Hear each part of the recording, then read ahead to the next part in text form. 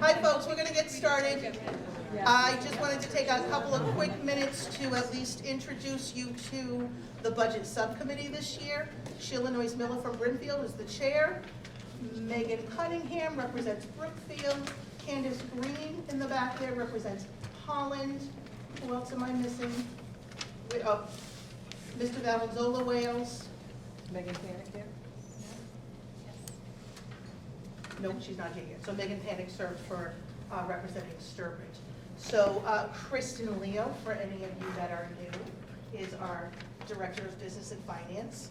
So we will do what we have done now for years, which is go through a fairly brief presentation, PowerPoint, to talk a little bit in high level of where we are.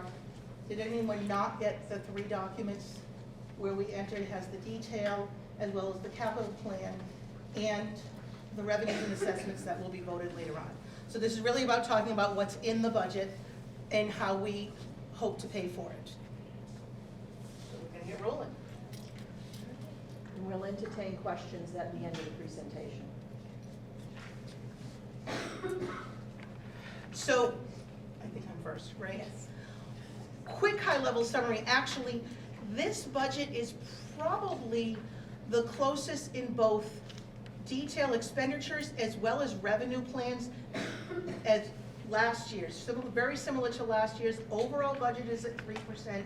There are not a whole lot of ups and downs to speak to in either the revenue end or the expenditure end, which is unusual. Usually there's 1 or 2 things that are really driving some of the concerns.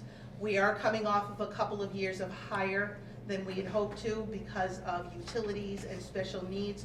We've leveled out at 3%. So you can see in breaking out those state categories, 1,000 series being your administration, central office, 2,000 being that biggest piece of the pie. It sure better always be the biggest piece of the pie. That is your direct instruction.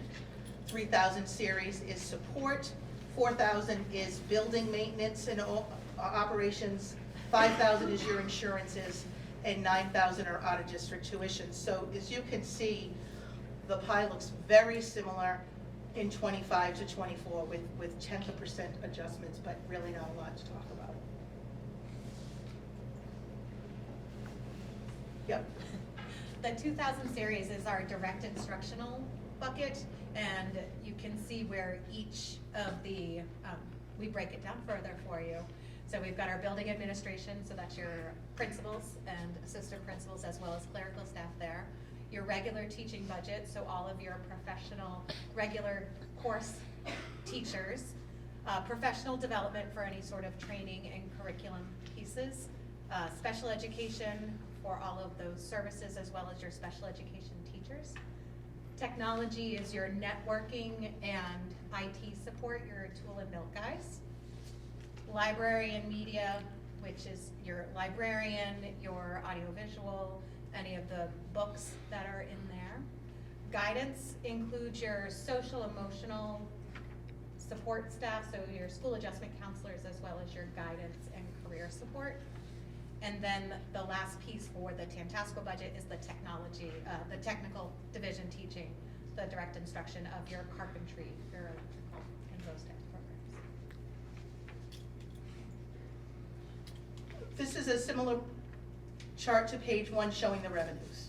And again, the percentages aren't changing at all. The reminder that when we look at our total budget and then figure out how we're going to pay for it, you've always got the biggest pieces, which are the state funding and the town assessments. Other things that we look at to contribute to it, we do have out-of-district tuitions from out-of-district technical students that want to come to our program and are not part of some other school's program. We contribute any miscellaneous revenues such as interest or fees for facility use. We usually have 1 or 2 students being tuitioned into our special ed programs because we do have some very robust special needs programs that other surrounding towns don't, and on occasion, if we have the space for it, we can open up a slot or 2 and other area towns will pay a tuition to come in. I think we will still have 1 student next year. And Other than that, we also contribute some of our school choice funds every year towards operations. We try to keep that number down so that we're not building a cliff. And our E&D, which is the equivalent of a town's free cash. We do put a piece of that towards the operating budget before getting to the bottom line assessment. So as you can see, and the details are in your package, the assessment going out to the towns this year will increase in dollars but remains about the same in percentage and is about 54% of the total budget. Then looking at each of our members' towns' enrollment changes over the last couple of years, this number actually reflects the portion of each town's ownership of the Tantasqua budget. So we do break it down by a per pupil kind of basis. The items of note here is that Brimfield's enrollment actually has gone up at the Tantasqua grade levels, and as well as Sturbridge has gone Sturbridge up. creeping up a little bit. Yeah, Sturbridge is creeping up a little bit. Brimfield is up a little bit more, but all of our other towns have kind of gone down. And a reminder, or just a notice to anyone new, when it comes to divvying out that assessment, we first have to meet each minimum contribution as set by the state.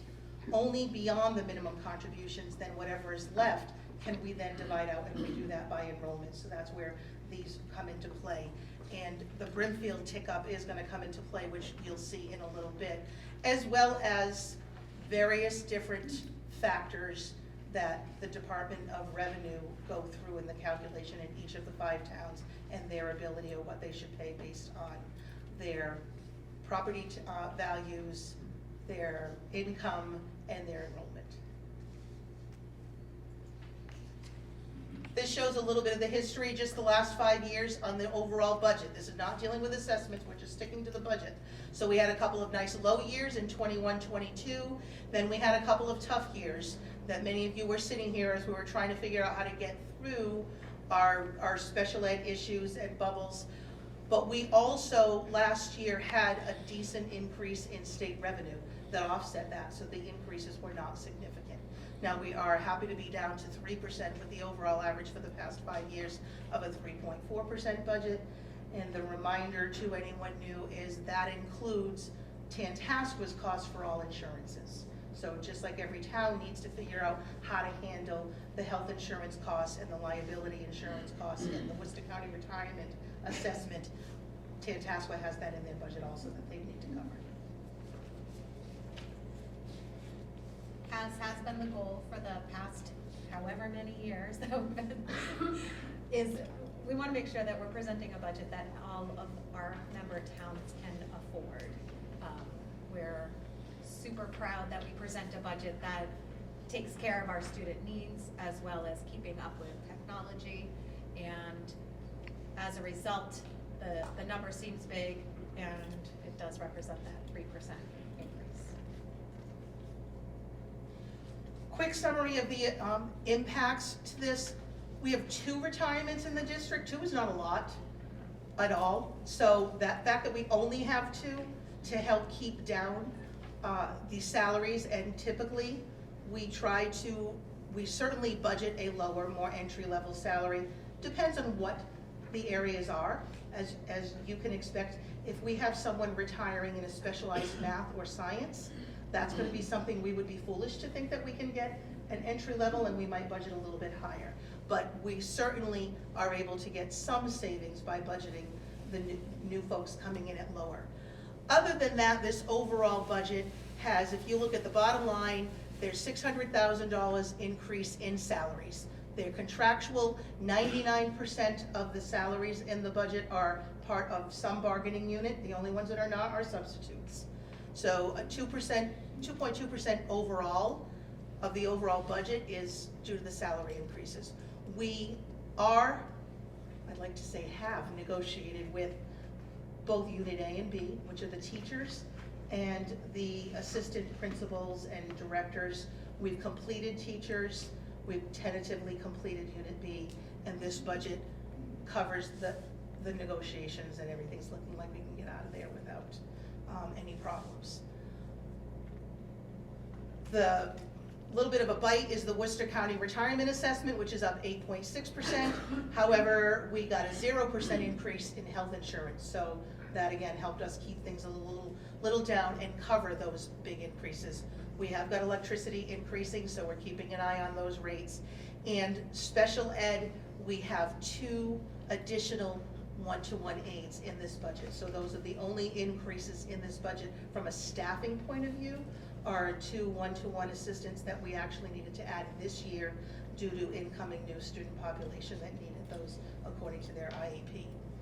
And then the final line there is what I call a cliff, which is a very tiny cliff. So those that have you been with us for 3 or 4 years know we have been working with federal grants for the last 3 or 4 years coming out of COVID.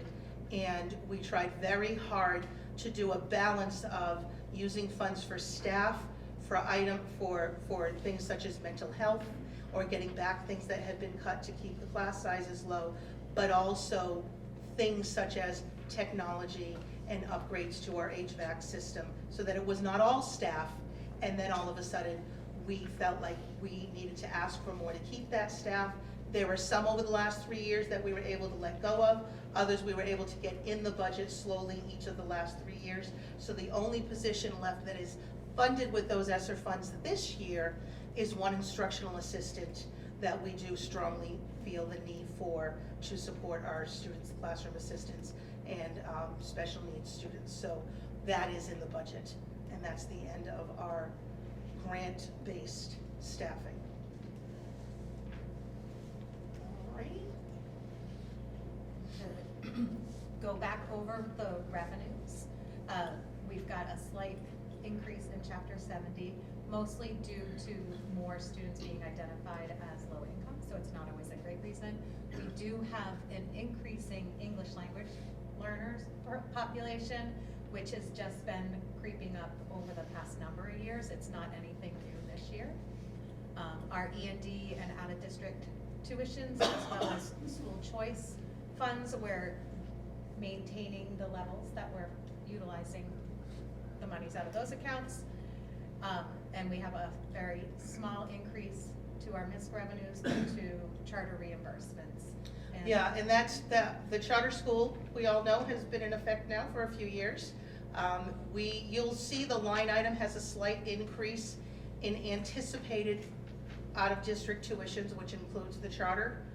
However, the state also has a process where it reimburses a percentage, so we're expecting an increase of the percentage, which is showing up in our revenues, that pretty much offsets the increase in the anticipated tuitions.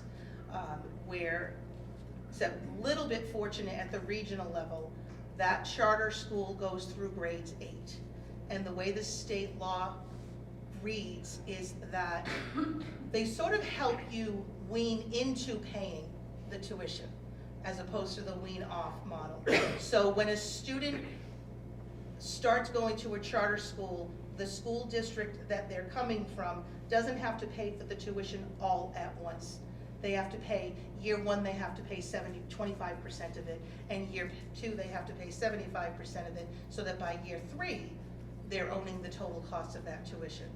Since Tantasqua, since that charter school only goes to grade 8, it's only coming into this district at grade 7. So for both 7th and 8th grade, while we're paying some tuition, we're also getting reimbursement for both years. And then the school doesn't have a 9th grade, so the impact to Tantasqua is actually smaller than some of the elementary school impact, at least from a percentage point of view. And we are rather fortunate that we do have a large number of school choice students, and that money allows us to maintain our technology and fund a significant number of capital projects that if we did not have those funds, we would be going back to the towns and asking for the monies to keep our buildings healthy. This is my most favorite and least favorite slide. So for those of you who have seen it, here we go again. For those of you who have not, here we go.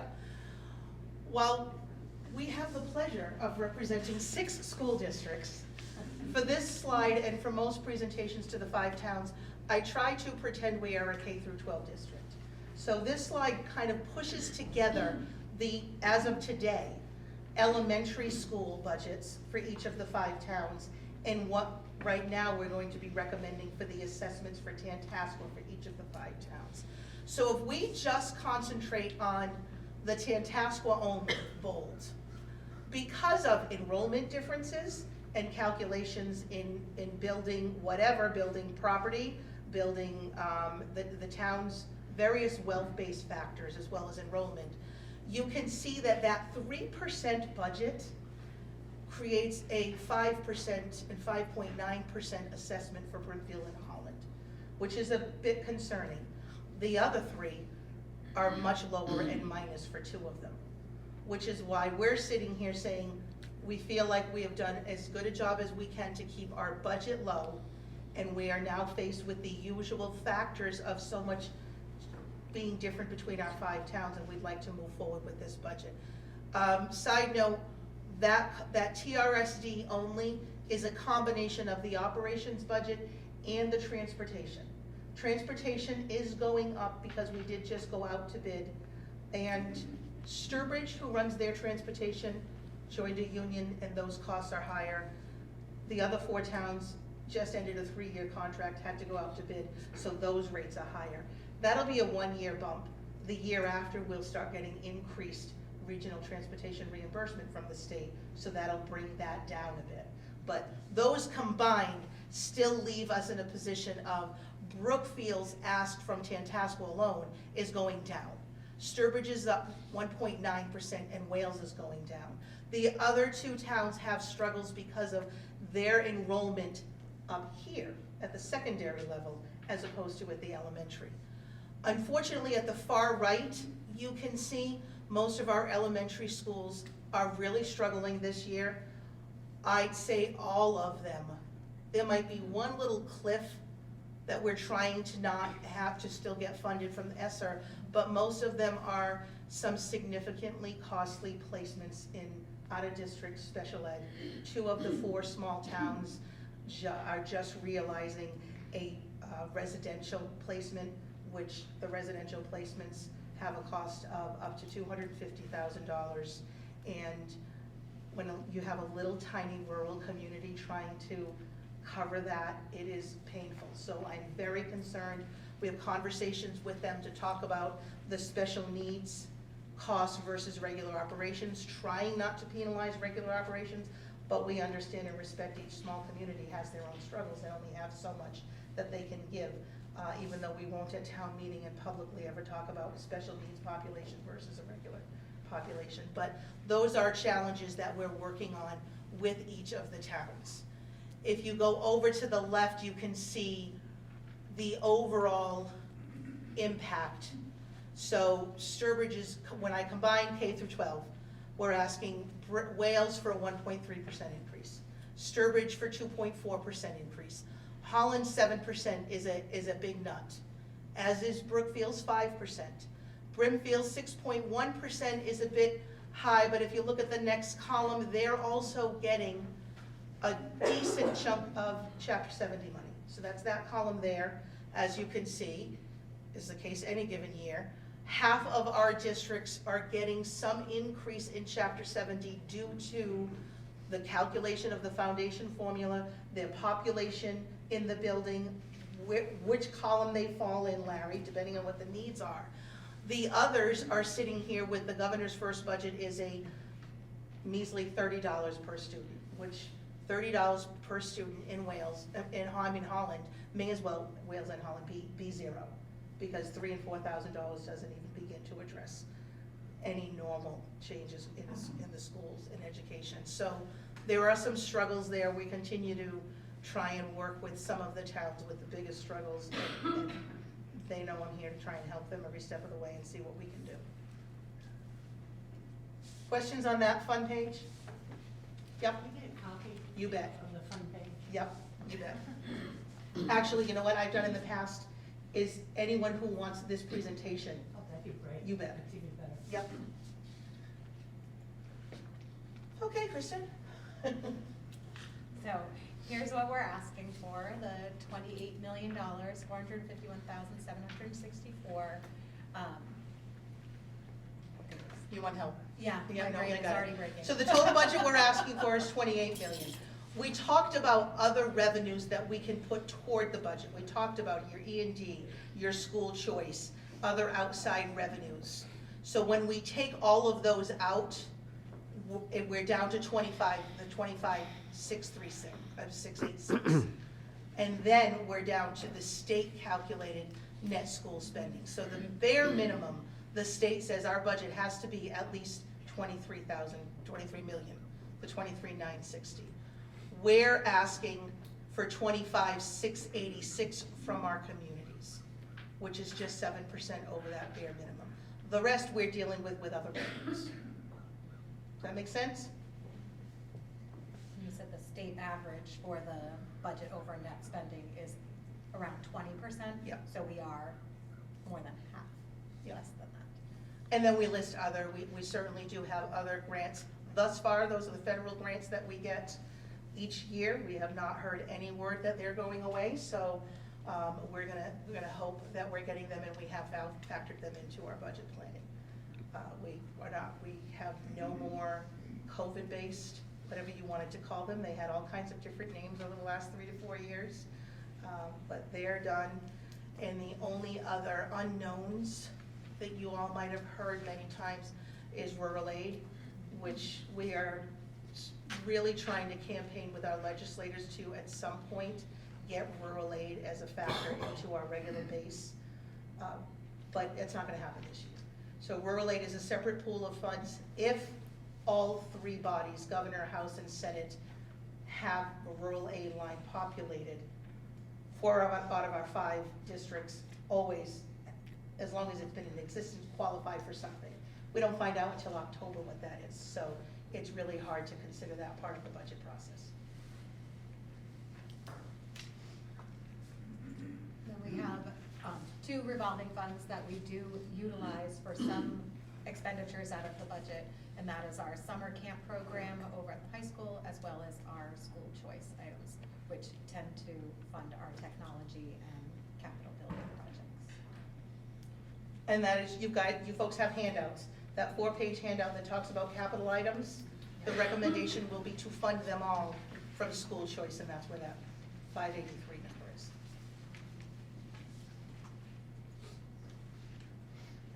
These are just a couple, this isn't everything on that document, but the capital plan items at a high level that we're looking at next year is to continue on the capital plan, is to continue to replace, it's almost an annual thing, to replace some of our smart boards and Wi-Fi access points as they age out.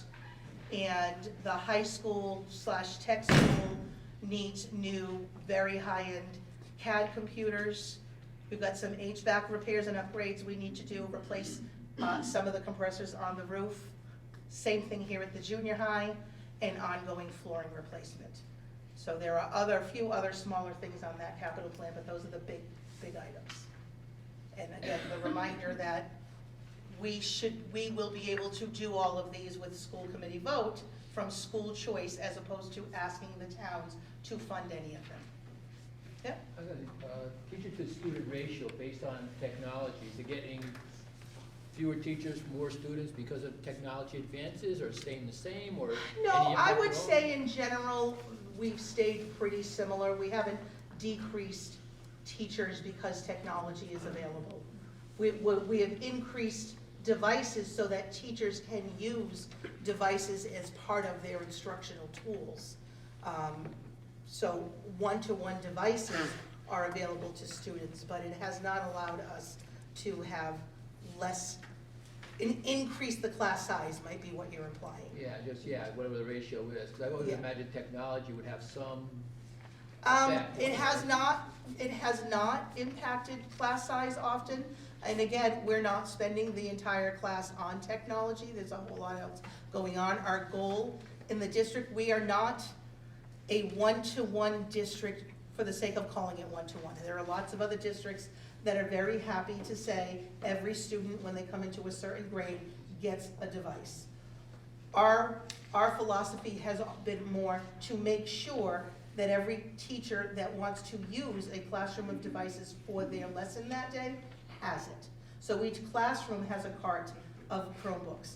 And then we have a bank of devices in both buildings for any students who don't have them at home and wants to not rent them, just borrow, sign them out for the whole year if that's what need be. Okay. I think that might be it. Any other questions of the presentation? Is immigration having an impact on budgets at all? Or Well- I don't know if you covered that in a summary, or maybe you didn't, I'm not sure. Tantasqua's budget, not at all. Okay. Not at all. Kristen mentioned that we have had an increasing population of English learners and homeless probably for the last 5 years. So it's been increasing for a while. A couple of years ago, we brought in an English learning teacher between both sides of the street. So there was despite the increase that we had last August and September, we already had a population that we were already addressing in both pools, homeless as well as English learners. The population that came in the fall, between both buildings, we had a total of 6 of those students, and I wouldn't even say they were all English learners. Anything else? Okay, what we typically do is we adjourn the public hearing. We're scheduled at 6:30 to start our regular meeting across the way. And especially if we have an audience still, we have often moved up the budget votes, which we can talk to the chair about, but even if not, it's not too far into the agenda that it would be in their public session that they will vote budget, assessments, capital, and school choice slots. So thank you for coming. We're gonna move across the street.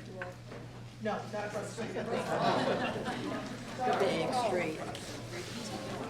Across the hall.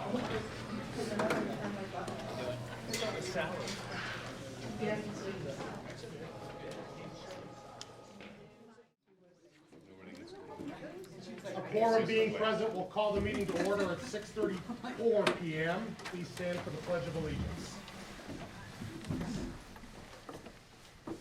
I pledge allegiance to the flag of the United States of America and to the republic for which it stands, one nation, under God, indivisible, with liberty and justice for all.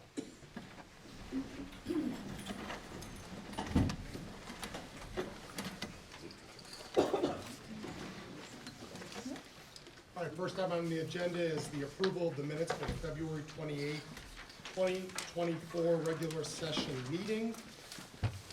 I'll entertain a motion to approve as presented. Motion's been made by Mrs. Noyes Miller, seconded by Mr. Haggerty. Are there any edits to the minutes?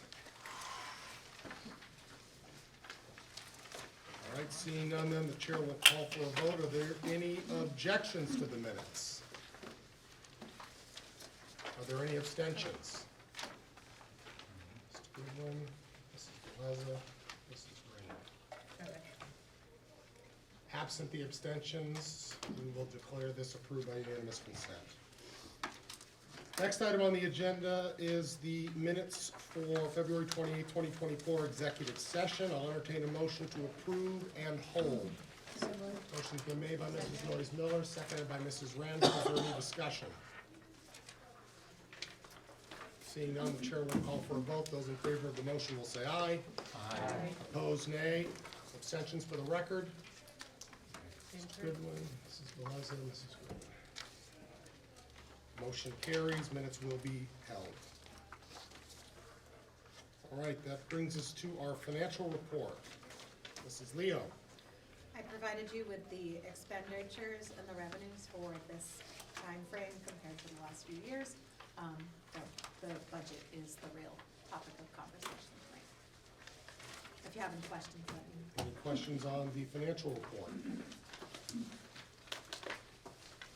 All right, seeing none, we will move to the budget votes. This time, the chair will recognize Mrs. Noyes Miller for the FY '25 budget. I would like to, excuse me, to make a motion for the total operating 2025 budget of $28,451,764, which is a 3% increase. That is a recommendation of the Budget Subcommittee. It does not require a second. We will bring that motion to the floor. Is there any discussion? Are there any objections? And by unanimous consent, the motion carries. I'll recognize Mrs. Noyes Miller for the capital plan. I would like to make a motion that we accept the 2025 capital plan as presented to be voted from school choice. Motion's a recommendation of the Budget Subcommittee. We'll bring that to the floor for consideration. Is there discussion? Are there any objections? Seeing none, then by unanimous consent, the chair so declares the motion carries. I recognize Mrs. Noyes Miller for the school choice vote. We have a presentation from Can we actually just Superintendent? vote the operation assessments and the transportation. transportation first? They're not listed on the agenda, but we have to vote. But they're in your packet. Correct. Then we'll take those up during the Budget Subcommittee report. That would be Okay. more appropriate. Okay. Okay. That's Right. fine. With that, we will move to our Except students. that we do have folks in the audience that are really here just for those votes. Larry, you got anywhere to be tonight? He wants to stick with us. Fine. All right, we'll bring out to our student representative. Luke, good evening. No, Good evening. I do have So school the first choice. report, School choice. Do you have a vote? Go ahead. Luke, we've already started. Go ahead. alright, sounds good. I'm gonna first start with health careers. Seniors have been in Harrington for about 2 months now. About half the class is on co-op or internship right now for the 3 times a week. It's gonna be Monday, Wednesday, Friday. Tuesday, Thursdays are usually when we learn about things and different units to expense our learnings. Seniors are teaching junior high kids here next week, CPR training and hands-on, which will be really good and we're excited about. The seniors finish up the big respiratory unit and now we're on the cardiac unit learning everything about the circulatory system. The juniors are on Dean Von Lesson 12, which is better understanding the med terms, which is going to be vital for the hospital next year and nursing home. The juniors are also learning how to transfer patients from the hospital from like bed to chairs, bed to wheelchairs, and crucial things we'll need for the nursing home. Sophomores are learning units and med terms, better understand their strong foundation for the next year, which is big. The freshmen just got into MindTap today, which is basically like an online website, which is used to, like, they have the book that we have for health careers on there. There's different lessons for every unit, which will help with their study for their tests and everything like that. And the freshmen also had a speaker talk to them when they first time they got in there. Luke P., which also graduated from health careers. He's also teaching fire and EMS classes over in the high school. And the freshmen are going on to their first midterm quiz this week, which is exciting. In culinary, the culinary department is still supplying takeout buffet twice a month for the senior center until the new addition is complete, which looks like it's going really well. New menu items, which I wish I could have, I probably will have it next year, is the pulled pork mac and cheese and the corned beef cabbage. That sound really good. For business, the freshmen have started Business U and a chapter to introduce on business. Also working on PowerPoint presentations about themselves so they learn more about each other. Sophomores are still in test out for the Microsoft Office certification. They've moved on to PowerPoint and they'll make practice exams very soon. Juniors are working on Business U marketing, and the seniors are also working on the Business U entrepreneurship. A machine shop, one of the students fixed, I'm pretty sure it was Brendan. Health careers skeleton, which the arm was falling off. Like, we wish we could have it like going up, because you can see a lot of the bones on the skeleton. It's really cool. It was starting to fall off, which the arm was sitting on the desk next to it for about 2 months.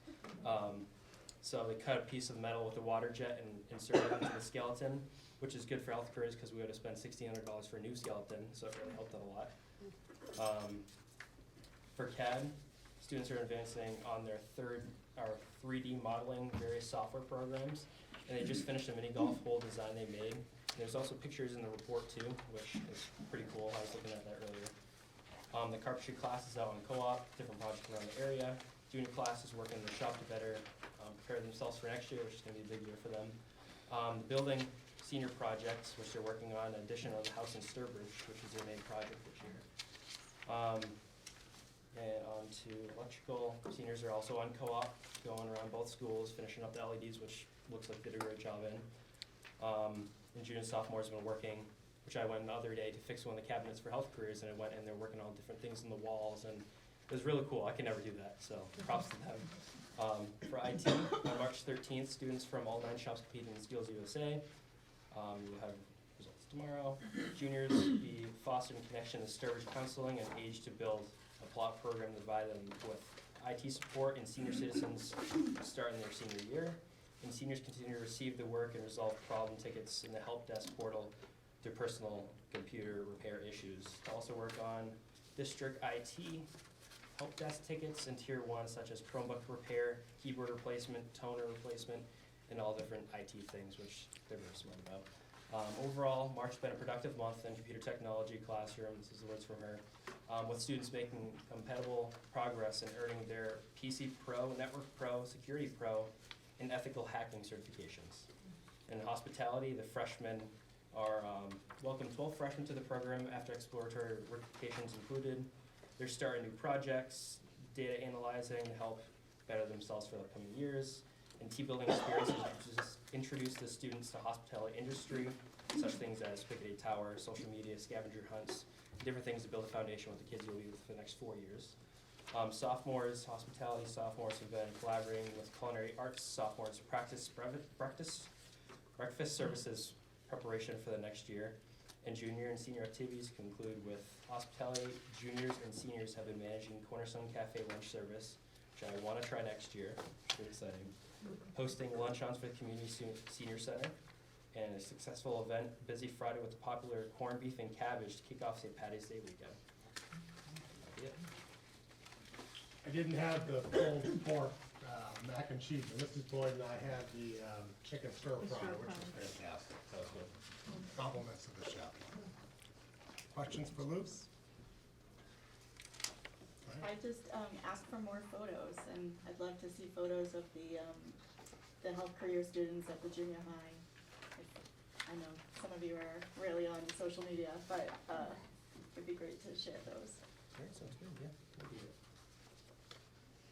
Other questions for Luke? Questions for us? Great job. Thank you. All right, we'll revert back after school choice. Mrs. Boyd. So, as part of our budget process tonight, we need to vote how many school choice slots will be open next year by grade. Our policy requires us to, well, we have applications coming in until March 31st, and then the first Monday of April is when we pull slots for those that you have voted. So, as of tonight, we have 50 applicants for grade 7. We have 3 applicants for grade 8, we have 15 applicants for grade 9, and 5 applicants for grade 10. So we will take this piece by piece. Your current grade 7 is 291, your current grade 8 is 271. Incoming grade 7, so your current grade 6 is 230. This year, you voted 42 slots for grade 7. So my recommendation is that we vote another 42 slots for next year's grade 7 with a current 6th grade class of 230 would put you at 272, which is still on the lower end of all of the other classes, and leave room for any move-ins over the summer, etc. My suspicion is if you vote 42, of the 50 applicants so far, very likely all of them will end up getting in, because some of those 50 are applicants by mom and dad. And when they get accepted, student says, no, I really don't wanna go. And we usually have a handful that even though they're accepted, they don't, and we move down the list. So I would recommend we take up to 42 at grade 7. I would recommend that we don't take any new students at grade 8, given the current enrollment of 291. Grade 9, of the 15, I will recommend that we take up to 15. If anybody else applies in the next week, we'd have to lottery. My recommendation for that is because if you'll remember, we've talked the last month or two of the decline that we're gonna start having for out-of-district tech. So last year you had 16 freshmen, or this year, you had 16 freshmen out-of-district tech. And at this point, I think we're looking at 3, maybe. Maybe 4, could be 5, much lower. So with a current grade 8 of 271, we could take those 3 or 4 and up to 15 more and be similar to what we've done for class sizes for the rest. I do not recommend taking any of the grade 10. Your current grade 10 is at, no, your current grade 9 is at 312. So, yeah. Yeah. All right, I'll entertain a motion to accept the recommendation of the superintendent and approve 42 student slots at grade 7 and 15 at grade 9. Motion's been made by Mr. Hagerty, seconded by Mr. Goodwin. Is there any discussion? Are there any objections to the recommendation? 42 at grade 7, 15 at grade 9. Seeing no objection, chair declares the motion carries by unanimous consent. Thank you very much. That's it, other than just getting the assessments out of the books later. Then we'll deal with that under budget. Yep. You ready for that? Okay. That will bring us to our staff reports. Dr. Dufresne, let's start with you tonight. Thank you. I do send along regrets from Sam. She was a late call-out. She has caught whatever is running around the high school, so I mixed our reports together. So another busy month at the high school. Our highlight of the month is our visual arts department. We welcome Mrs. Katie Terracano to the department this past year. She's brand new. She's taken over the art club. She was very active with Hitchcock Academy prior and has used those connections to get our students even more involved. In particular, in the Christmas event, we had about a dozen students over there helping out. Pretty proud of that. We're looking forward to our annual K-12 art show at the high school. It'll be Tuesday evening, April 2nd, from 5 to 8 p.m. As per usual, our student council was flying in the last 6 weeks or so. We just wrapped up Dude Be Nice Spirit Week and the Spring Fling Dance. We had 500 students on Friday night. We had a good time, no incidents. Valentine's Day, the student council made a Valentine for all 1,250-something students, which was fairly impressive to watch students find theirs. I had the honor, I was invited by the student council to go down to the statewide Massachusetts Association Student Council banquet. Some student council members and I had put up Ms. Laval for the Advisor of the Year, and unbeknownst to me, a couple of them had put me up for Administrator of the Year, and we're pretty proud to say that for the first time in the 47-year history of the MASC, to the surprise of many, we both won. So very nice. It was First time the same school received both. yes, sorry, first time the same school received both. We were proud. It's a team effort, as we all know, but it was very nice to go down. I used to be a student council advisor and see the kids in action. The only real problem was that they invited me to they raised enough, like, I don't know how this works. This feels like an anti-reward system. If you raise enough money for the Special Olympics, you're allowed to jump in the ocean in February, which doesn't feel like a reward. Sounds like April 15th. Yeah, and I tried to bribe the kids. I'm like, what if, like, the ocean's free? We didn't have to raise any money. What if we donated the money and then we went to lunch? I would buy, but they weren't having it. Student council, it was a little bit embarrassing to be at Tantasqua with the council. I think the only thing we didn't win was the lipstick competition. It was, the kids won for their top 10 project for the state. They were awarded as a gold council. Student council at Tantasqua is really, it's something special if you haven't seen it. Very proud of our performing arts. This is a huge month for the performing arts this past month. We're sort of in the middle of show choir competitions, all region concerts, all state music festivals. The Music Association held a meat raffle on the 9th. We had a lot of performances there. We had Central Districts, several students made Central District Junior Band. Jeremy Rodick, Gabriel Priotti, and Owen Raymond. And we've had also some students participate in the Quabbin Valley Music Educators Association Honor Band. Nathan Deeds, Morgan Wisnakas, Keller Sheridan, William Cooper, Grant McFarland, Orion Boyce, Lane Holcomb, Gabriel Priotti again for the tuba, and Christopher Kane. And I just wanted to thank the band we brought back a Tantasqua tradition of the rolling rally. This past month, Mr. Wood and I did some planning. I had never seen one, didn't know what it was, but as we sort of move into athletics, we had a pretty good month there, so we had a rolling rally for some of our teams. NHS started their book drive on February 6th. They're collecting books for K through 6th graders with the hope of installing a little free library at each of our elementary schools in our district. And National Honor Society also participated in Schools Match Wits. They won't tell me how they did, except for to tell me that they had a great time and sort of smile. So I'm gonna take that as a win against Gateway. Athletics our winter athletics season was just phenomenal.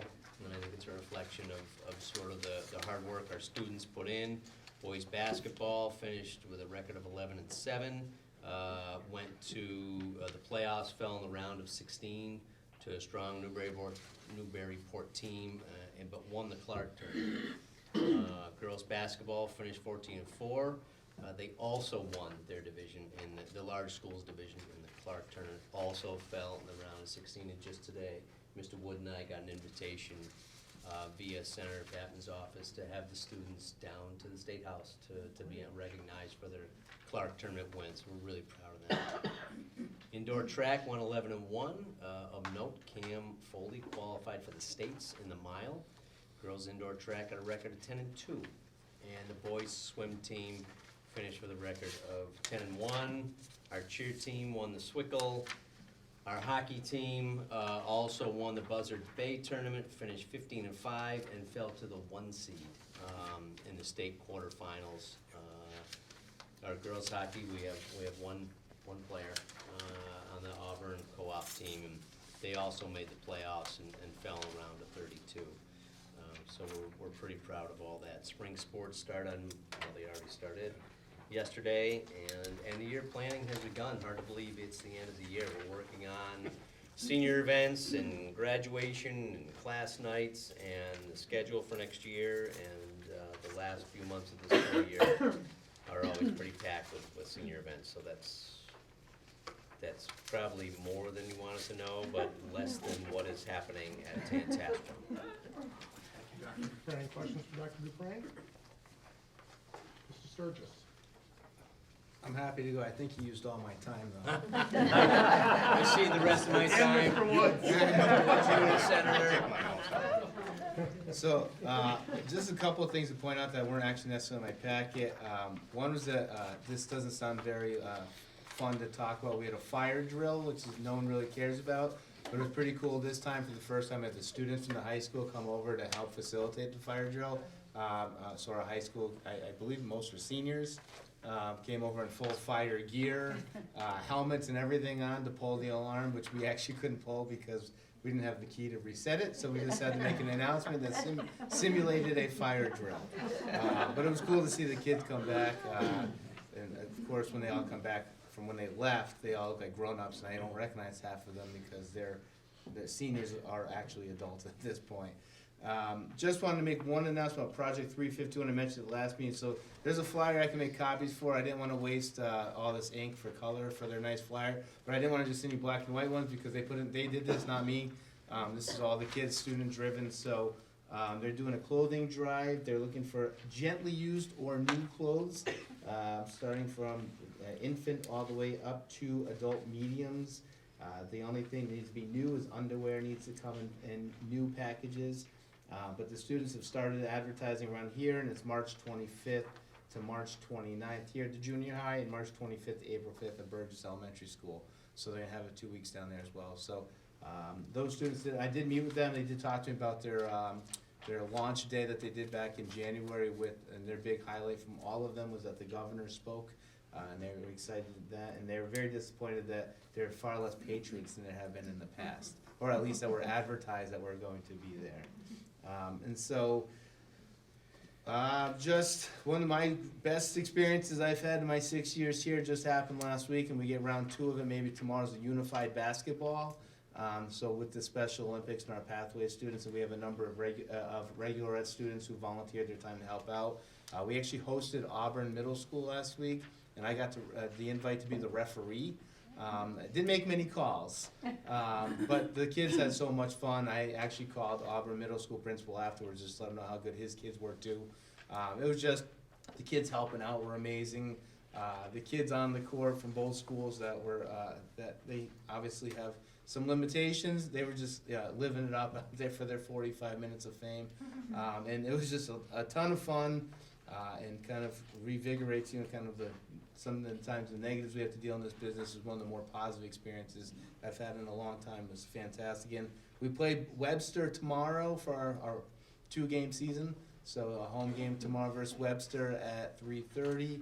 They do have a jamboree next week, which is all of the area schools, which aren't that many, that have it at the junior high level next week out in Webster. So hopefully the kids have equally as much fun as the adults did, because all the adult volunteers who were there as well were having probably more fun than the kids.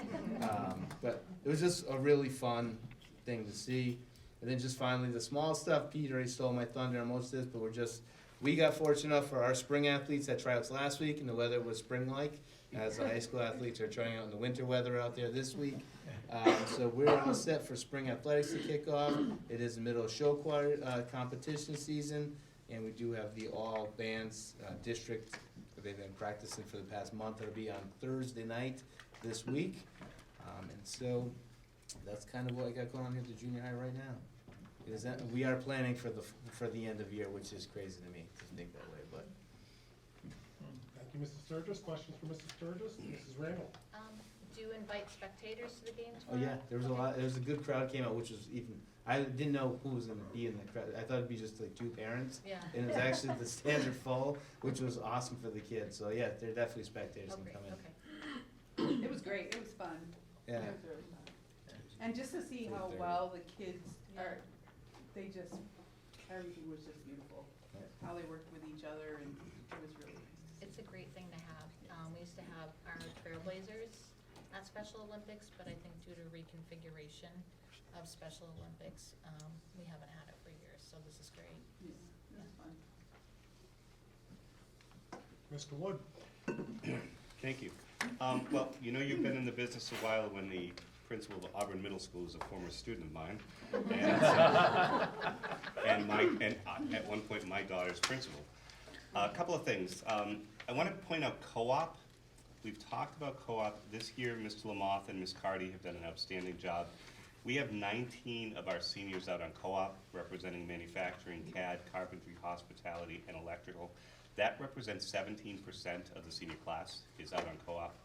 And when we add that to Luke has talked about, and Luke is starting his in respiratory therapy, his internship, we have 6 health careers kids in that model right now, and that's 5.6.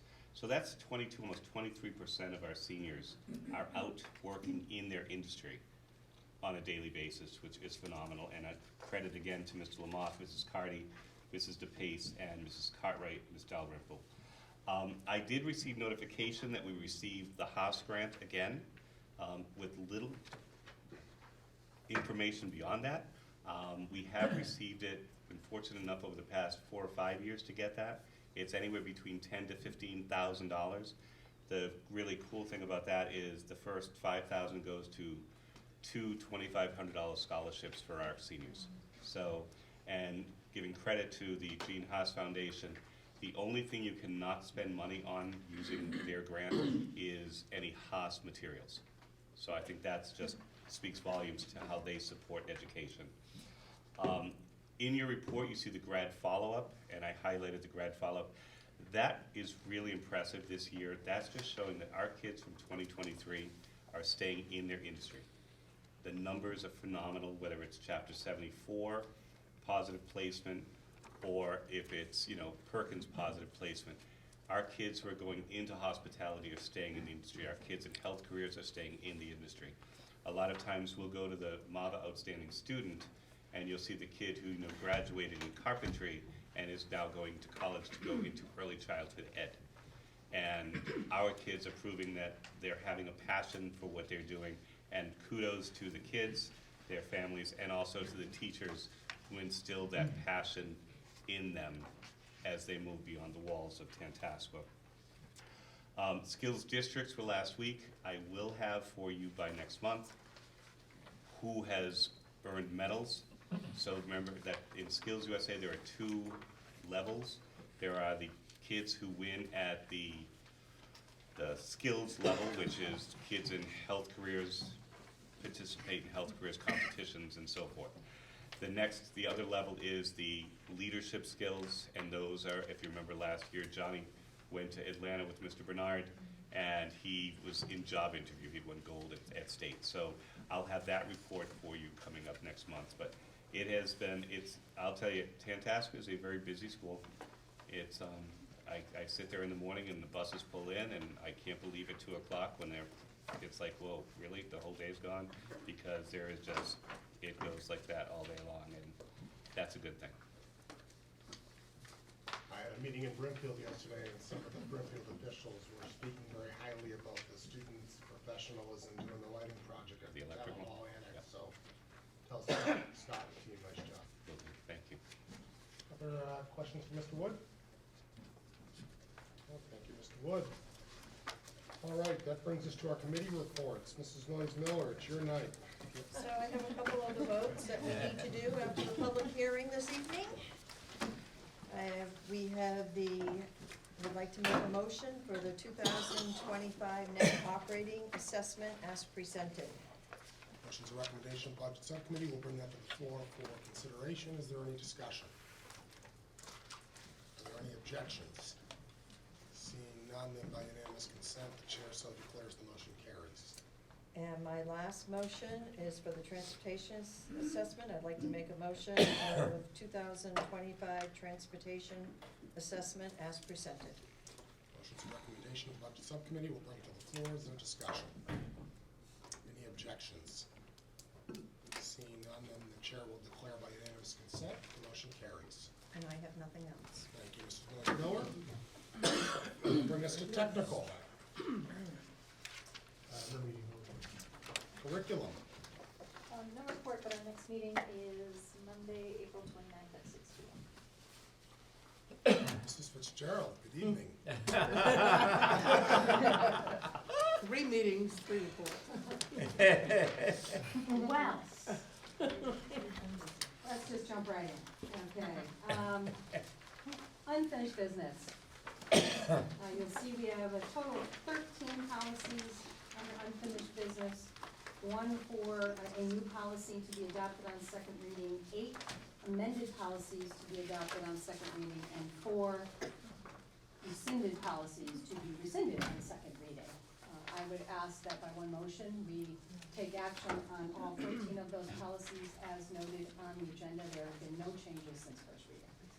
That is the record. What's that? There's only 9 unfinished. 1, 2, 3, 6, 7, 8. Oh, yeah, sorry about that. So the 9 policies with their status on second reading under unfinished business is a recommendation of the bylaw and policy subcommittee. We'll bring that to the floor. Is there any discussion? Are there any objections? Seeing none, then by unanimous consent, the chair so declares the motion carries. Moving on to new business, we do have a total of 12 policies under new business. 1, which is a brand new policy for first reading, 9 that are amended, 2 for rescission. I'll take them all in turn because they are all different motions. The first policy, EFD, School Nutrition Program Charge Policy. This is a brand new policy to Tantasqua, but it does essentially combine some of our other policies. You'll see when we get to rescission, the school meal charges is being rescinded in favor of having this one policy as recommended by MASC that is a better statement and a more complete statement on this area of the school meal program as set out by law. So on that note, we ask that the committee move to add as a new policy on first reading, EFD. You're gonna do these one by one? Yes. All right, we'll bring EFD to the floor. Discussion? Objection? Unanimous consent? Motion carries. Next, we have 9 policies for amended first reading. The first being EFC, Universal Free School Meals. Again, this goes with that trifecta of the policy we just looked at and the policy coming down the road for rescission.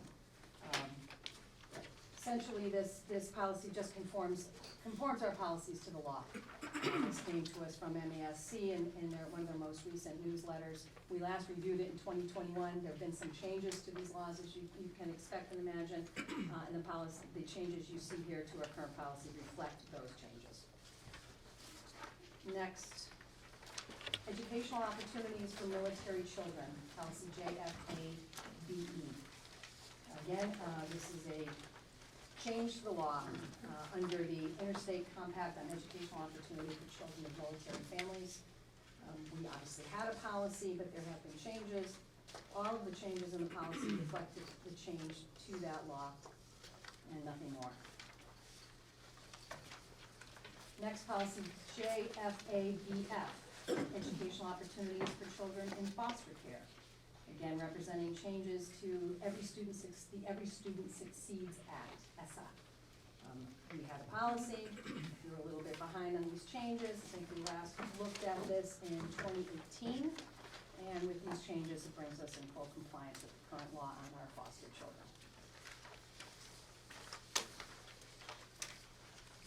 Next, student absences and excuses, policy JH.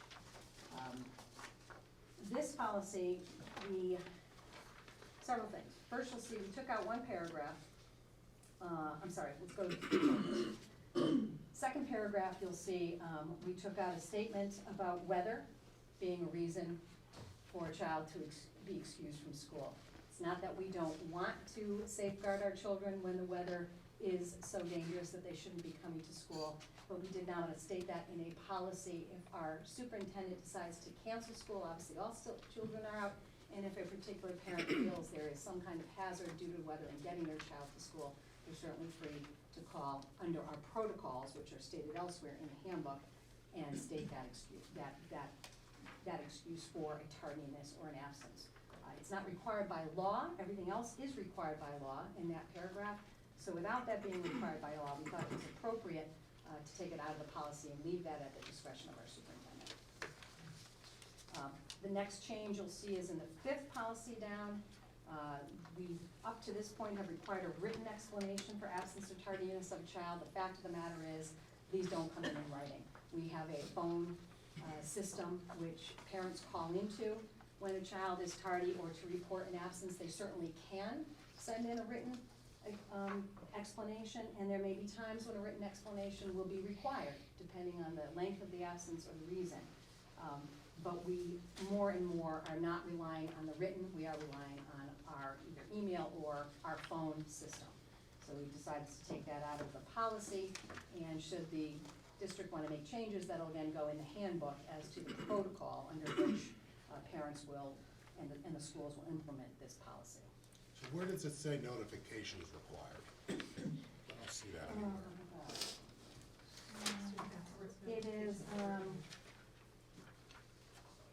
as a principal, we have a very extensive, in the handbook, very extensive protocol that requires notification. And in fact, we took out, our policy used to have all of that. We've taken that out. It is in the handbook, and it is policy being in the handbook. Yeah, okay. It's not in this statement of policy. So we're not saying kids can just not come in and we don't care? Oh, no, absolutely. Well, you know. No, absolutely. I'm often shocked with But the in way terms it's- of, when they call in, how many days after the fact will it be excused, since that does change, it's in the handbook, not in the policy. Great. Next, policy JIC, student discipline. You may think this is familiar, and it should be. I think we've reviewed it 3 times. The last being almost exactly 1 year ago. And once again, there has been a change. The changes are only on pages 1 and 2 of this policy. And really, what it comes down to is it changes the use of suspension as a form of discipline. And you will see that the opportunities or the times when a student can be suspended or excluded has changed. Basically, every other alternative has to be exhausted and documented by the school before the measure of suspension can be taken. Those are legislative changes. Yeah. Time flies, so I don't think it was last year, I think it was 2 years ago, but last year we certainly had conversations within the district of the real challenges and even asked our legislators to help tweak the language a little bit. I don't think they were successful, but. Right. So our hands are tied to some degree because of that law. You'll see on the second page, the only other change was not so much a change in the policy, just what we decided was better language. A little more succinct, a little bit better stating, that the principal and or designee shall implement school-wide models to re-engage students in the learning process. The rest of the policy remains exactly the same. Next, student publications, policy JICE. Mr. Valenzola, you'll remember that state Supreme Court case that we talked about, when we wondered if this was gonna require a change to our policies. This policy pretty much addresses that. Talks about student publications, the expression of, or the freedom of expression that students have clearly, but those freedoms are not unlimited. According to the state Supreme Court case that came down this past summer, those expressions which cause substantial disruption or material interference with school activities can be appropriately infringed under certain circumstances. And that's what this policy addresses. The rest of the policy, even though you'll see the final 2 paragraphs are in boldface, those are the same as our existing policies. Those aren't a change. The only change was that major 4th paragraph. We did choose to take out our 3rd paragraph. You'll see down, the superintendent will establish guidelines in keeping with the above and provide for the review of the content of all student publications prior to their distribution. It's still being done. You'll see that what we have is that the superintendent will establish guidelines that are in keeping with this policy and provide for review of student publications prior to their distribution. So we didn't get rid of the requirement for these things to be viewed before they go out. We just changed it, tweaked it a little bit. But you'll see when we get to the handbook changes that this term of art, substantial disruption or material interference with school activities, is coming into play now when we talk about students' free speech and freedom of expression. So. Next, prohibition on hazing, policy JICFA. Again, another one you've probably seen at least 3 times. 2022, I think, was the last time. The major change, if you see that 2nd paragraph, up to this point, a student who observes what appears to be hazing of another student, prior to this, it was discretionary. Our policy said that that student should report such information to the principal. Now, under the Mass General laws, those students have a mandatory obligation to report. So you'll see the change of the word should to shall to reflect that. The next paragraph we did not have, but is required by law. Any student who participates in the hazing of another student or person may, meaning it's discretionary, upon the approval of the principal, be suspended from school for up to 10 school days. That's new language from our existing policy, again, because suspension is considered such a severe sanction and remedy. They're calling it out in this case in broad terms. Policy JJF, student activity accounts. It looks like we did a lot of editing and changing, but really what it came down to is, rather than go through the complicated rescission and adoption of our old policy with a new MES policy, we tried to squeeze the better language into our existing policy.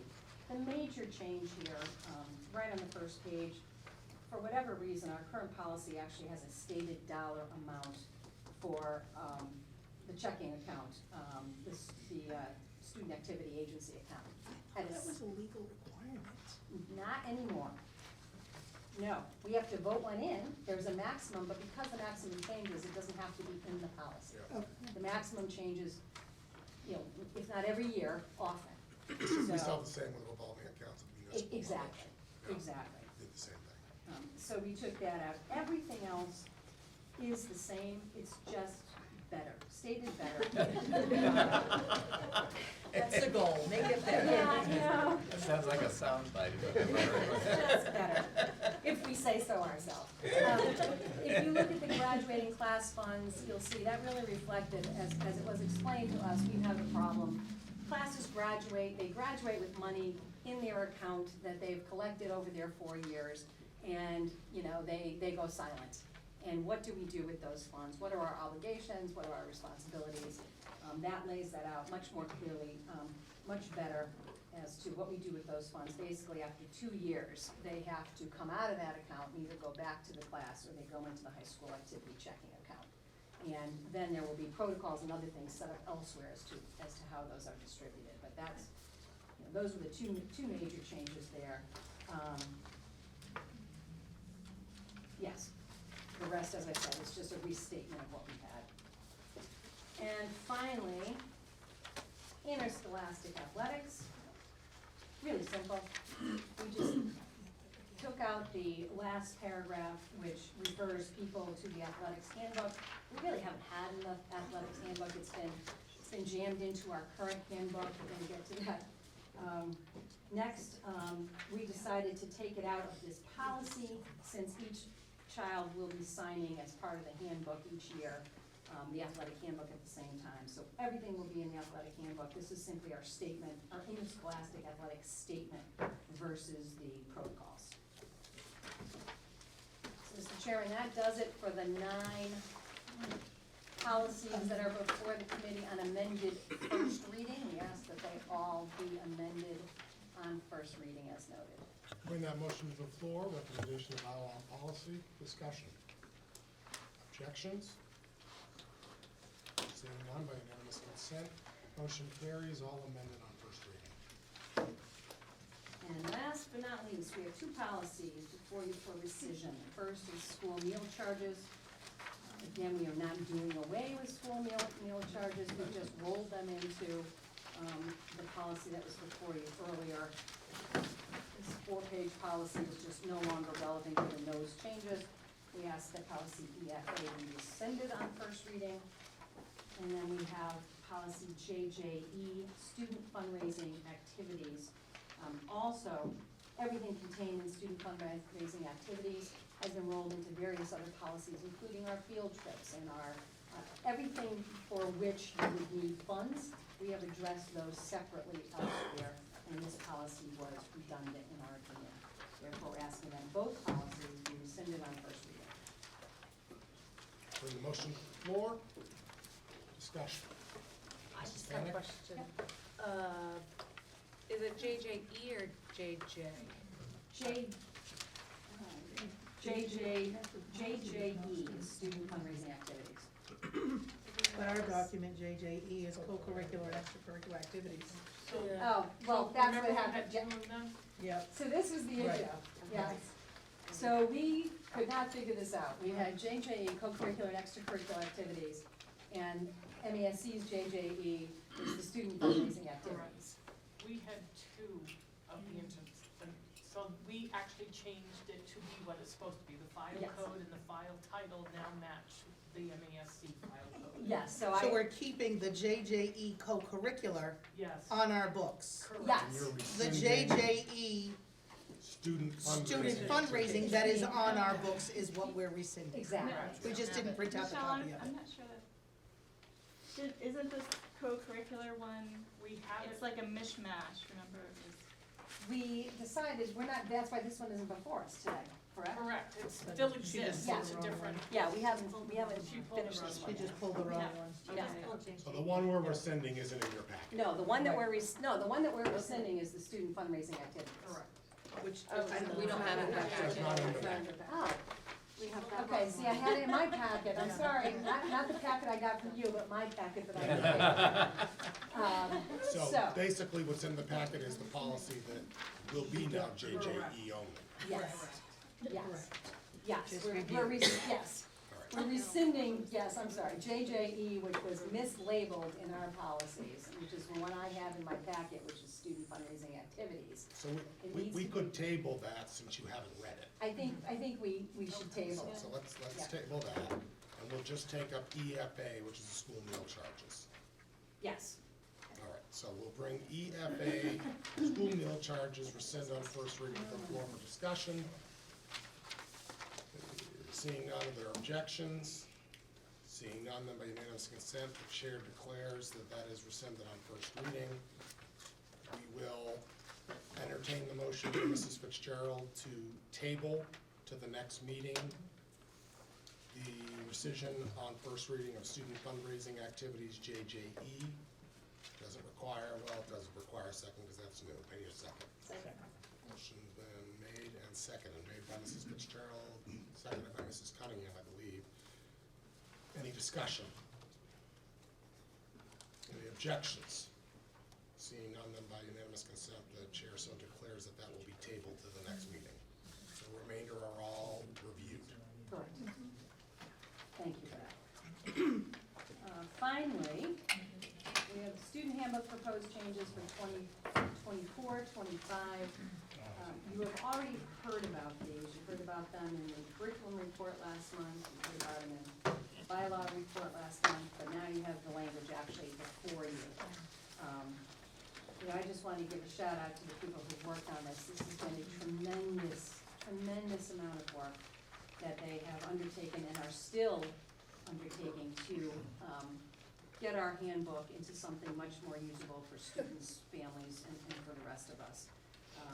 Obviously, our building leadership, our principals, Jody Barassa, but the three have really been digging into it. Beth Johnson, Jamie Robato, and Judy Braun have not only attacked it with energy, but with real enthusiasm, which I commend them for. So before you are those changes that they really felt should come now. You'll see further changes coming to the handbook down the road, but these are the ones we want to get in place for the coming school year. Three main changes. The first being cell phone usage.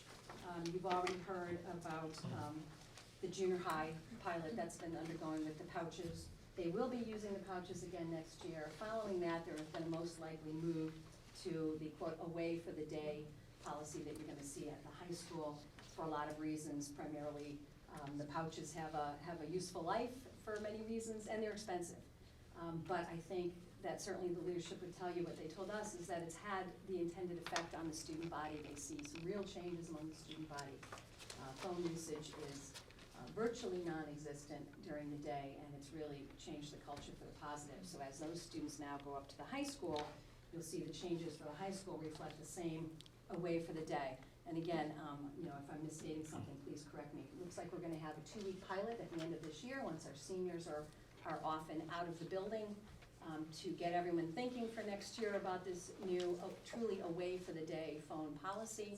I think the hope is that as our current 7th, 8th graders come up to the high school, they're already used to not having their phones, so this is not gonna be as big a change for them as it might be for some of our upperclassmen. Mrs. Fitzgerald, on that, I don't know if it's more appropriate for Dr. Dufresne, but the way this language is written, should there become a need for, we'll call it the Sturgis Bag Initiative, could that be implemented with this language? Yes, So Absolutely. it's not the intent, but it gives Dr. Dufresne the flexibility should he need to implement the Sturgis Initiative. I say that with love. I'm in anything called the Sturgis Initiative. he's all for it, right? So, I think the yes. more he says at the high school, if if this doesn't work, we're going with the Sturgis initiative. I'm telling you, they are panicked across the street, so. Put some Can I real comment teeth on into that, it. though? The way that was sold to me from a policy standpoint is that it's just a tool to implement Exactly. your current cell phone Yeah. policy. Yes. So it's not a change. Exactly. It's just a way to enforce the rules. I just wanna make sure you're not prohibited from Hands using tied that if you tool if wanted to. needed. No, I think it gives them a lot of leeway to do what they I feel think is it worked. necessary. Um, Good. So that's the cell phone usage, and again, when I'm done, certainly want them to jump in and fill in anything I'm misstating. Second big area is discriminatory language. You'll see it addresses dress code and other forms of speech and expression. You'll see again that language about infringing free expression only to the extent that it impacts the educational function that we're all here for. Really, the detail that was put into the policy is a tool. It's a tool. It gives really concrete examples and guidance to parents and to our students. Up to this point, you know, some of these terms are very vague, and, you know, you don't wanna have to work your way into them after the fact. So getting it right up front with concrete examples, I think is certainly the way to go, to get some consistency and clear expectations across the board. And finally, you'll see the changes to the section on attendance. We heard about the problems, not just at Tantasqua certainly, but nationwide, coming out of COVID. Chronic absenteeism is a huge problem. You know, our own numbers just doubled from 21 to 22, so this change is really necessary. We're taking a tiered enforcement throughout to instances of absenteeism. You'll see at the high school on page 7, that tiered enforcement can rise all the way to the level of loss of credits.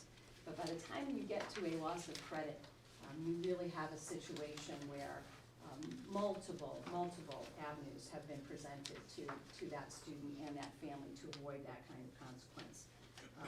You would have to miss 18 classes in a year-long class and 9 classes in a semester class. And as you know, in our block schedule, every day missed is essentially 2 in a standard format. So it really does impact learning.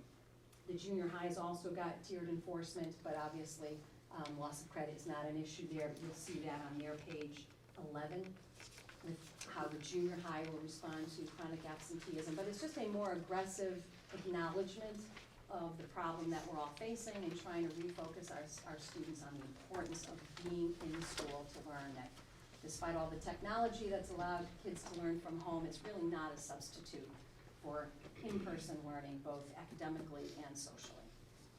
So, on that basis, Mr. Chairman, we would ask that the committee adopt all of the changes before you for the handbook 2024-2025. There's a recommendation for bylaw policy subcommittee. We will bring that motion to the floor. Motion before you is to approve the student handbook revisions for both the junior and senior high as presented. Is there any discussion? Are there any objections? Seeing none, then by unanimous consent, the chair so declares that the motion carries. That's all I have, sir. Nice work. That's all I have. Carol, always a pleasure. All right, we have, that brings us to negotiations, which we have one item under new business that is not bylaw related, which is the Unit A contract ratification. Mrs. Randall, would you like to bring that motion forward? And that is, it's not in your packet, we all went into executive Executive session session. last month Right.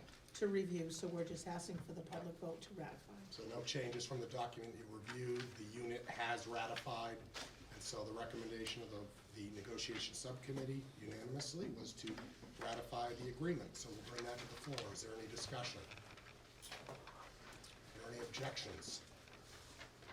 Seeing none by unanimous consent, the chair so declares the Unit A contract is ratified. Thank you. All right, And we building. have just under negotiations, we have a tentative agreement with Unit B, but that was just reached 2 days ago, so we couldn't even get an MOU in, so next month we'll, We will have an executive session to review and then an open out. session vote, both in April meeting, yeah. which remember is the last week of the month. Building and Physical Plant, Mrs. Custance. No meeting. Thank you, Mrs. Custance. That brings us to Mrs. Boyd. Oh boy, I just have a couple things, and then I'm actually going to turn it over to Jody to talk a little bit on the Student Opportunity Act plan that we had to fill out and upload. So just a few small heads up. I don't get the flyer, but one of you has finally recently reminded me the Day on the Hill is apparently happening this year on May 6th. You may have that in your mails, flyers at home. If you want us to register for you for that event, let me know. Carol and I will do it, and I had not realized it was then, so I'll take a look. Mr. Wood, can you tell us, will our students be participating? I'm having that conversation tomorrow with Chef L Okay. to determine if we're doing that. Please The let problem me is know, it's because that is a big logistically- deciding factor Yeah. as to whether this superintendent participates. Logistically, it's a lot to get the kids is. there, It is a lot. A lot of work. but It's a lot, and I have not seen the agenda or the plan coming out of COVID. The first year or two, it was not very robust, so I don't know what the plan is right now. Hopefully, they're trying to get back to the good old days, but I would love to know if our students will be. I will let you know. as And soon if as- they are, we Participating. recommend the stir fry. If it travels well. And other than that, just a plug for our Tantasqua Ed Foundation that has bingo night next Thursday night. It looks like that seats are selling pretty quickly, but I did let them know that we would spread the word. Looking forward to it. And then if Jody could take a couple of moments, I think we've probably given you a heads up. We needed to do these reports for all 6 districts as part of the Student Opportunity Act legislation, which required that every 3 years we submit our plans on what to do with all of the money that's gonna come falling from the state as a result of it. We are getting a little bit, as we saw, we at least are getting a 4% increase. We have to do this same 24-page document for the districts that are getting nothing but $30 per student. So the elementary documents all look very similar. We've given you the summary, just to report to you the items we're going to do, whether we were getting more money or not. And then we need to upload them to DESE by April 1st, and we will put them on the website also. Jody? So although I wasn't participating in the polar plunge, I was actually in 2 months of SOA paperwork. Which I'm not sure if I probably would have done if you'd like to be in cold water versus stacks of paper. You may still be, Jody. I know, right, so anyway, as Mrs. Boyce said, the Student Opportunities Act started actually in 2019. So this is the second round of legislature that's going on. So we wrote it 3 years ago, the focus was on early literacy.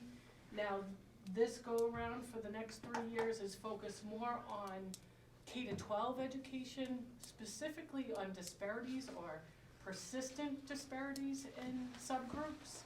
So it was daunting task this time to really kind of broaden our perspective, to put something in place that was universal for what we could apply at the elementary grades and what we are doing definitely at the upper grades. So that was the biggest task.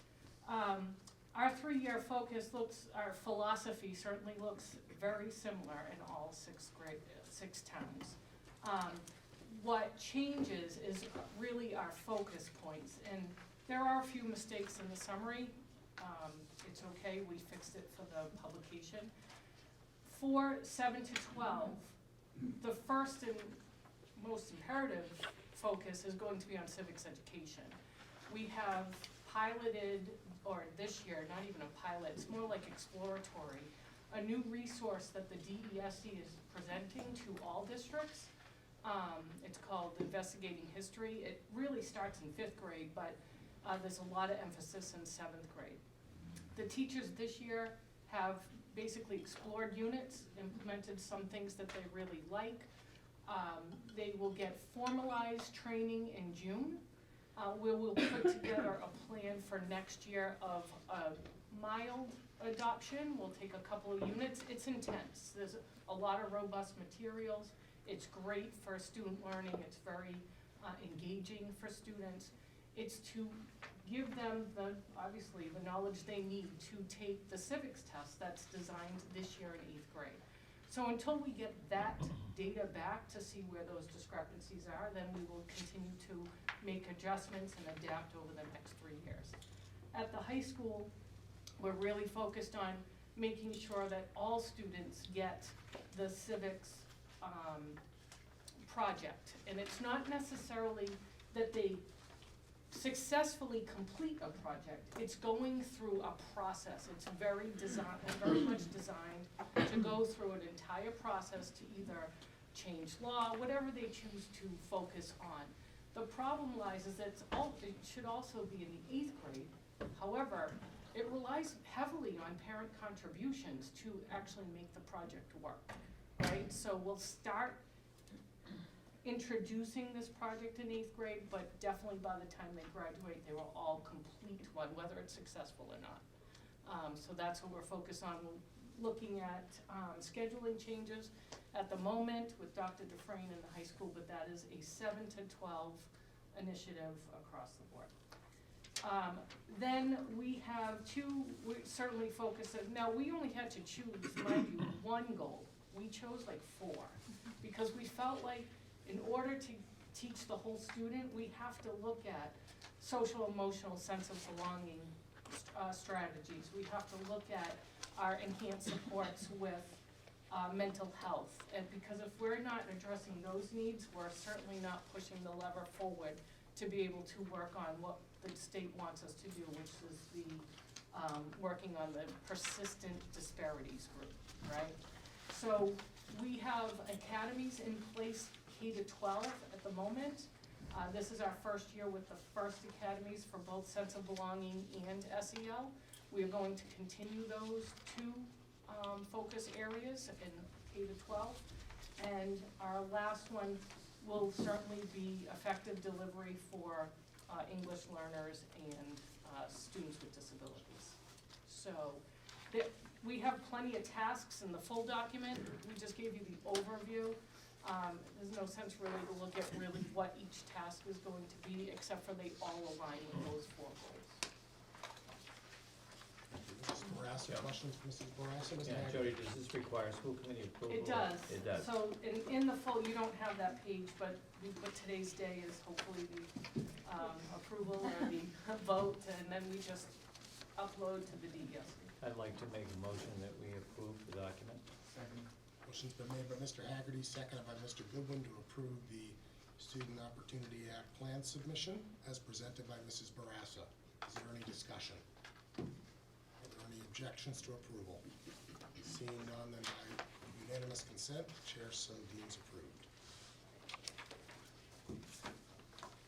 All right, thank you, Mrs. Boyd, thank you, Mrs. Barassa. There was an item distributed to you electronically, the Swickwell Q2 report under communications.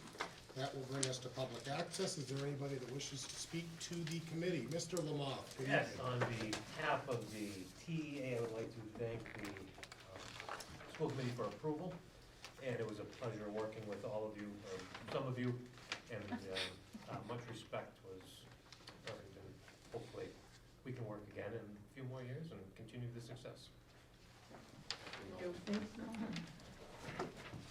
All right, and then Mr. Haggerty asked me to remind those who live in Sturbridge that you have an opportunity to write in a candidate for school committee. That's BELLEZZA, so. The 8th, I think, yes? Yes, Good luck. The 8th. Monday, April 8th. And to that point, a reminder that your April meeting is on the 30th, not the 16th, and not May 1st. Mr. Chair, may I participate in public comment also? Go ahead. Thank you. Hi, everyone. My name's Tom Regan. I'm the parent of a rising 8th grader, and one thing I'd like to observe is that with the way classes are set up in the high school, students with the new life skills course are now being forced to decide whether they want to take a foreign language or take any form of elective like an arts class. And I call this to your attention because I think it is a difficult choice to put on our students, that they either need to defer studying a foreign language that they've studied in junior high, or they can't study singing or playing an instrument. This is particularly important to my son, as he plays trombone with Mr. Brozick in the 8th grade, and he made district. And so I'm not asking for any special consideration. We've worked with the guidance department and we've made an arrangement, but I want to call to your attention that in order for us to enable our son to study trombone and continue trombone in 9th grade, we had to make an extra effort. And the system that this school has is putting that on all the parents of the rising 9th graders. And I want to call that to your attention, that is the kind of system that we have in our schools today. And I understand there's nothing that we're going to do about it this year, but it's time to start thinking about things that we might want to be doing next year. And I suspect this may be on something on Dr. Dufresne's radar. This is his first year here, but I want to make sure it's at your attention also. Thank you. Thank you very much. Have you brought this to the building principal? I have discussed it in passing with Dr. Dufresne, and I've also discussed it with Danielle Kane when I ran into her at in Brookfield Town Hall. How about the superintendent? Let's see. No, I have not discussed it I with would them. suggest that be your next step. I know how to get a hold of Ms. Boyd. All right. I'll entertain a motion for adjournment. So moved. Motion been made by Mr. Haggerty, second by Mr. Goodwin. All those in favor of the motion will say aye. Aye. Motion carries. We'll see you tomorrow.